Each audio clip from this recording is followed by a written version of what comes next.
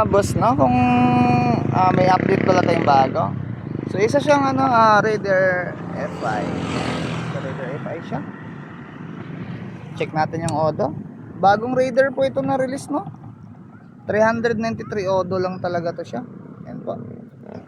Mga boss, na nagtatanong if big bike lang ba talaga ang ginagawan ko ng mga tail na R1, mga Rossi Sigma or Gamma or R6.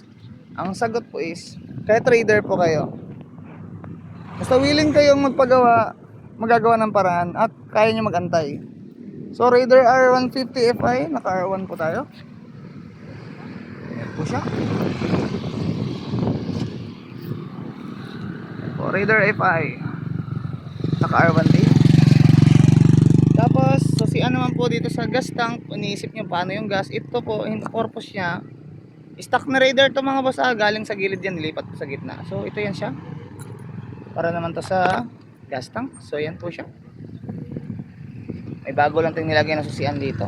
Nandyan po yung gas tank natin, kita pa agad. Tapos pag ilalak na naman po is may lock po dito. Yan po. So yan po siya.